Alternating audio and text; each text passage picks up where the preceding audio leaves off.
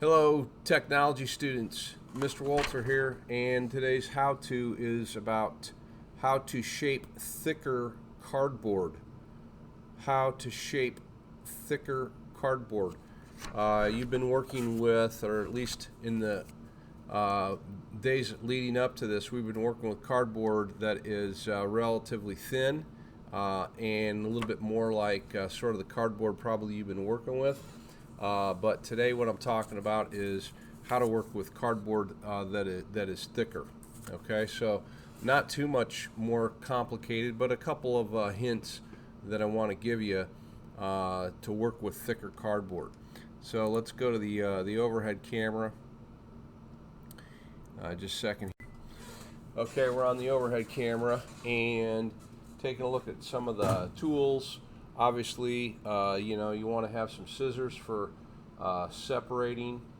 That's helpful, but today we'll be working with X-Acto blade. Of course, when you're working with an X-Acto knife, you got to be careful because they're extremely sharp, and you definitely want to be wary of what direction you're pointing that at. Never want to point it at yourself, and whenever you're cutting with that, you always want to keep your fingers out of the way, especially if you're carrying it, if you're moving it from one spot to another. X-Acto blades pretty dangerous, so you want to be careful with that. I got a marker or something to mark with. I'm using a Sharpie, but you could have a pencil. I'm using an aluminum ruler. The aluminum ruler works better if you're working with an X-Acto blade. That way the X-Acto blade isn't going to cut into the ruler. If you have a plastic ruler, the X-Acto blade could cut into that plastic ruler, or a wooden ruler. You wouldn't want to use an X-Acto knife against a wooden ruler because it can cut into the ruler itself. So I have an aluminum ruler that'll work well with this X-Acto blade. I'm going to be using some Elmer's multi-purpose glue. That's a pretty good glue to use, pretty easy to work with. But if you have something like this in your lab, a wood glue, this tight bond is a little bit stronger, a little bit more durable than the multi-purpose glue. So this is a little bit better to work with. I'm also going to be using a French curve to make some lines, make some curved shapes. And I'm working on top of a board here, so that I definitely don't want to cut using the X-Acto knife into my lab table. You don't want to cut into the surface of that lab table, so I've got this work surface to work on top of.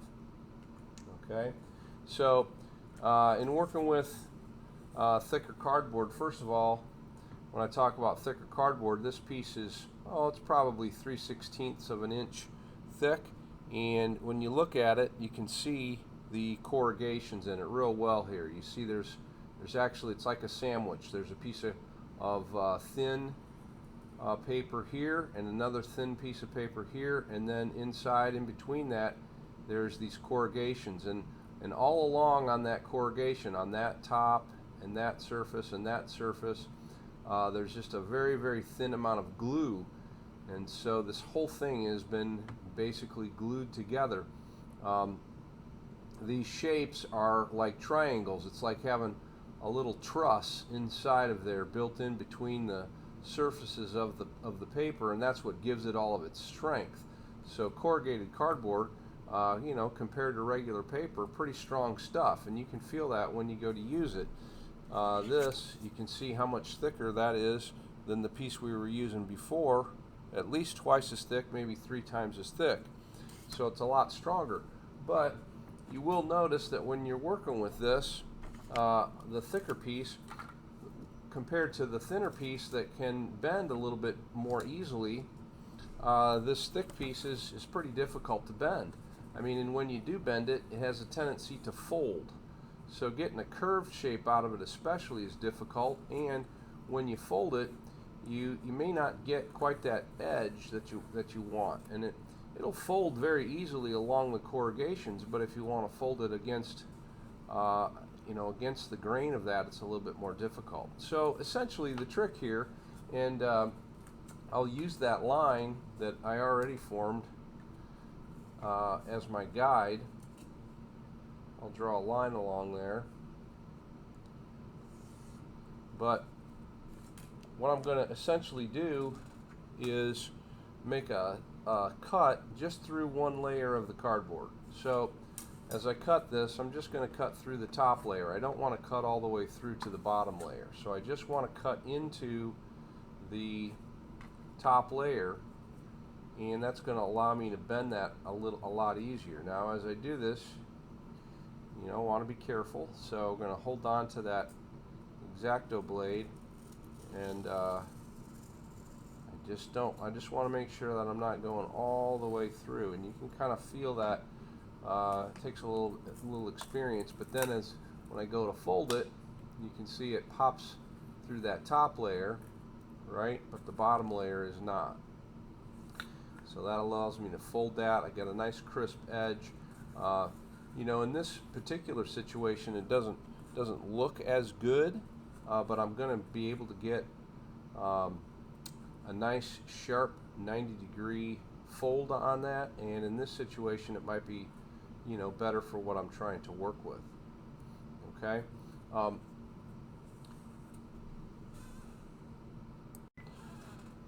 So next here, I'm going to take a piece of cardboard and I'm going to put a curve along there.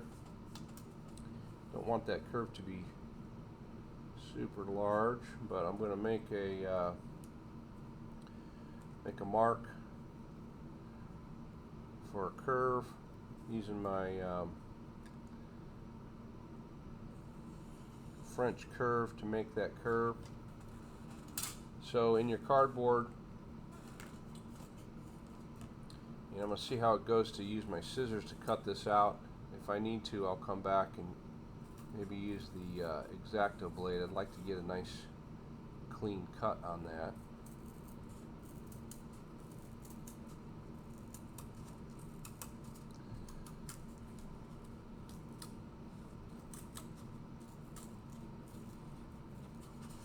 Make a release cut here.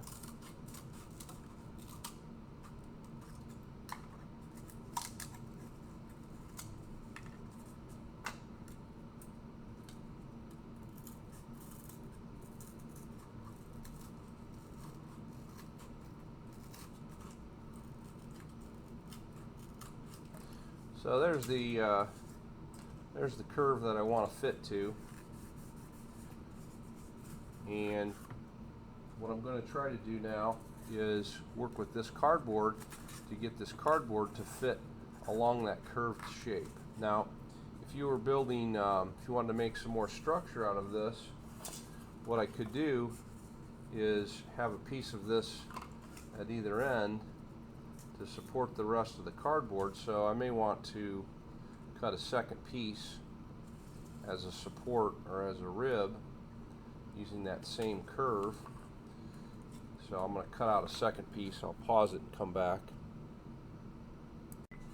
Thought I'd show you this time, instead of using the scissors, which sometimes are easier but sometimes a little more difficult, this time I'm going to use my X-Acto blade, and what I'm doing here is just carefully scoring across that, not trying to cut all the way through in one pass.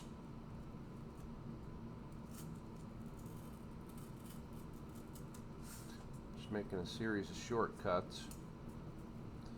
Once I get through the first layer, then the next is to cut through those corrugations. You can feel them as you go along. Once again, I'm also working on top of that surface so that I'm not cutting into my tabletop.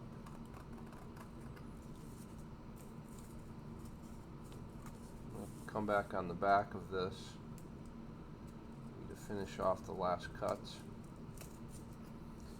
Okay, so what I end up now is I've got two pieces of cardboard pretty close to one another. I need to clean that edge up a little bit, but I have two pieces that I'm going to use as a support, and what I want to try to do is fill in with this other cardboard along that curve to give it some support. So notice that I'm going to score on this side of my corrugation, okay, this side of the cardboard, to get it to curve this direction.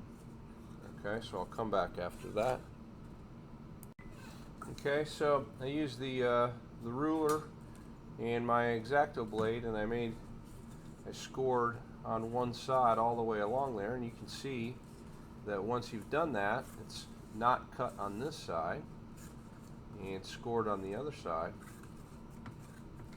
And so that's going to allow me to make that form right along the curve shape that I cut before, so that I can use some glue now to attach those two pieces together.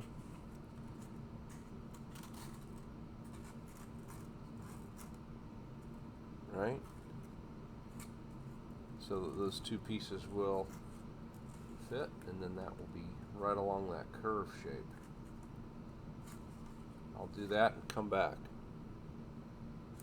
I thought maybe probably ought to show you what's happening. So I'm going to use some of the Elmer's glue and put that along the surface of that corrugation. If you had hot melt glue, you certainly could use that.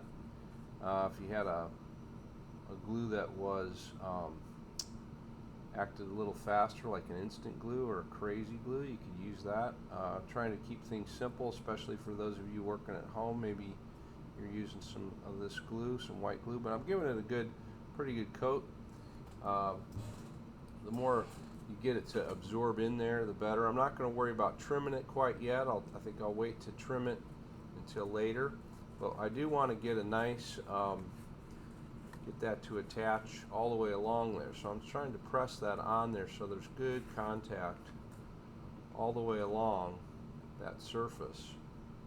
Now, if you had some tape or you had another set of hands, somebody to help you, you could use some tape to hold that together. I'm just going to hold it by hand, give it a few moments to try to set up. If you had yellow glue, this would set up a lot better. It's a stronger glue, but really what you just need to have happen is this to be able to set up just enough so that you can come back and add a little tape or add some strength to it to hold it more permanently. This glue, the white glue, takes a little bit of time to set up and dry. Probably really won't reach its full strength until overnight. But I'm going to wait for a couple minutes and see how it goes. So this has been about 3 minutes, and I'm trying to be as delicate as possible, but after 3 minutes of holding it, that white glue is strong enough that it's holding those two pieces together. Now what I'm going to do is just set that down and let it rest, because I don't want to move it while it's setting up. So it does take some time. If you had hot melt glue, if you had yellow glue, it would go a little bit faster, but you have to be patient with the white glue to let it set up. So, but this would give you a chance if you wanted to add a little bit of tape to it, or hold that down, even add a tiny amount of a little bit more glue. That might work for you as well, but the trick here is to just let it set and dry. So I've let this sit for a couple more minutes, and what I did now is I came back and I put in a line of white glue all along that edge. So I filled that in with some white glue to let that sort of drain down into the gap between those two pieces of cardboard. So that's going to give it some more strength too. So now I'm just going to let it sit and dry.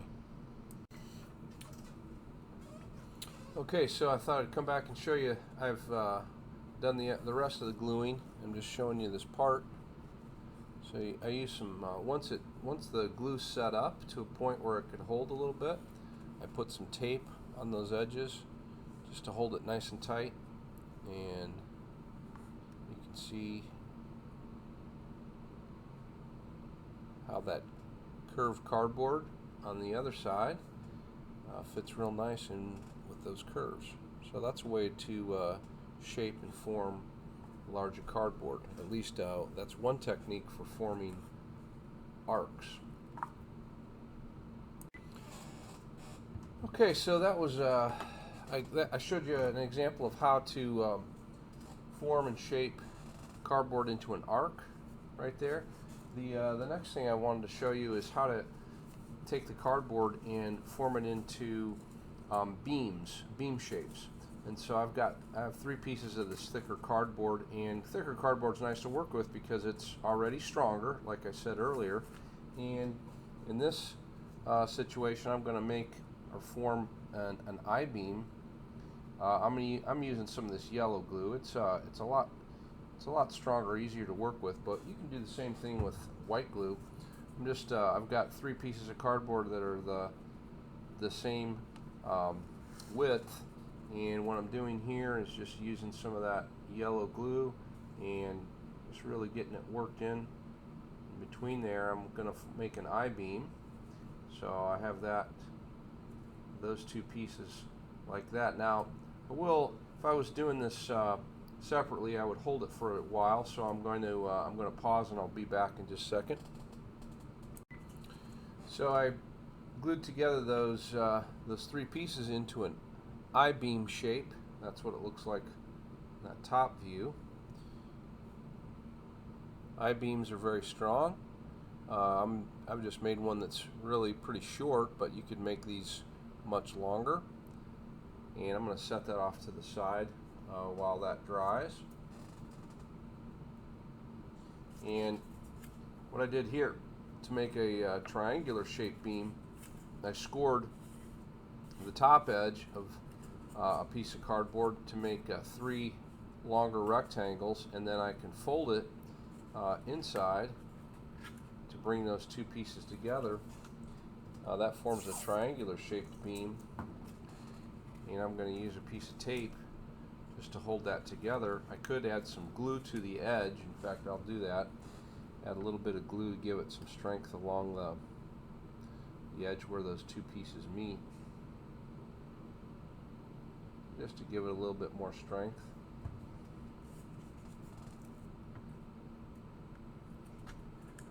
And then I'll use the tape to hold that together. But anytime you can get and make a triangular shape for that beam, that would add a lot of extra strength to it.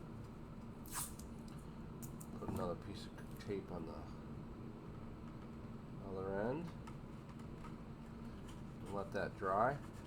It'll be very strong as maybe a leg for a table or a prop. It could be a leg for a chair. You use this in a lot of different ways, especially if you made it longer. I cut it fairly short, but you could make that beam, to the length that you needed. So there you have a triangular shaped piece made out of the thicker cardboard, and there's our I-beam made out of thicker cardboard. So for this next demonstration, I'm going to take a rectangular piece of thick cardboard and form it into a cylindrical shaped beam.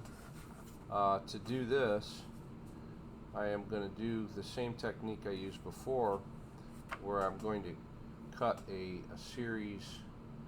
a series of cuts through just one side of the cardboard. That takes a little bit of practice. You want to make sure that you're not going all the way through, because if you go all the way through, right, it's going to obviously cut the entire piece of cardboard. So I'm just going to score this. I'm going to make these scores fairly close to each other because I want to make a tube.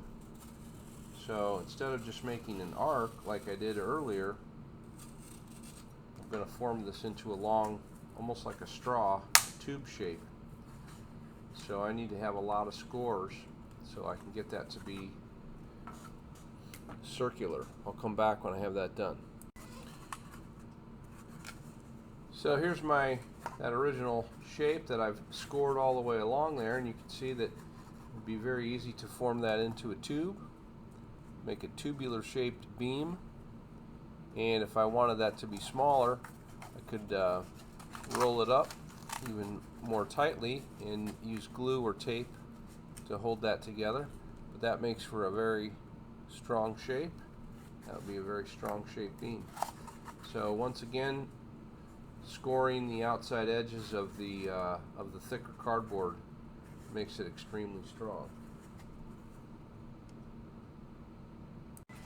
So now that I've put tape around the outside of that, letting that glue dry, but that is the last shape that I'm going to show in this demonstration about working with thicker cardboard to form shapes. So we made the cylinder.